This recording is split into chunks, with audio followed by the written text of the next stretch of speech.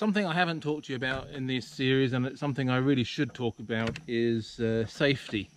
And in particular, you'll see me in this videos, and I haven't been wearing sunglasses, but I always wear sunglasses when fishing. And I have clear ones as well. If I'm night fishing, you see I haven't been night fishing very much because they're a little bit dirty, but I do wear these. You can get these from a hardware shop, they're not very much money, and you can fish at night.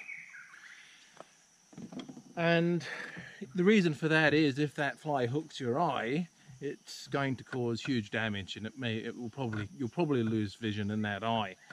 And it does happen, and there are stories of it, and you can go have a look on YouTube and you'll see some very complicated surgery of them taking hooks out of people's eyeballs. Not good. So you certainly don't want to do it. So please always wear sunglasses. Second thing I should talk about, it's I think it's very good practice, is always to debarb your hooks. I always have a pair of pliers here, even though they've got barbed. You could knock down the barb very easily with a pair of pliers, and this is good. It's very good for practice if you're releasing the fish, which I certainly hope you are. And it also makes life a lot easier if you hook yourself. Just pops out, and it can happen. A few years ago, and not very many years ago, certainly since the time I think I've shot these videos, which was about 5 years ago, I had a gold head bounce off my sunglasses. Now, if that can happen to me, it can happen to anybody. So really do think about that eye protection. The other thing is, I know I'm not wearing a life jacket here, but I've done a lot of triathlons in my life, and I have no problem swimming. And this water's 32 degrees.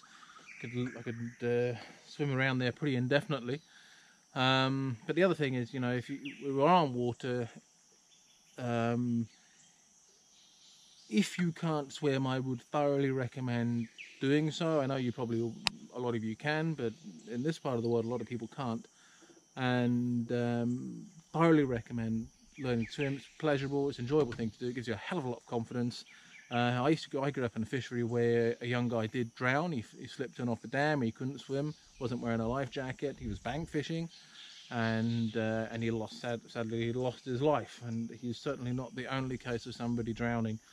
So they're really the three things to think about, I think, is always wear sunglasses, Polaroid sunglasses, fish barbless, that makes sense, and learn to swim.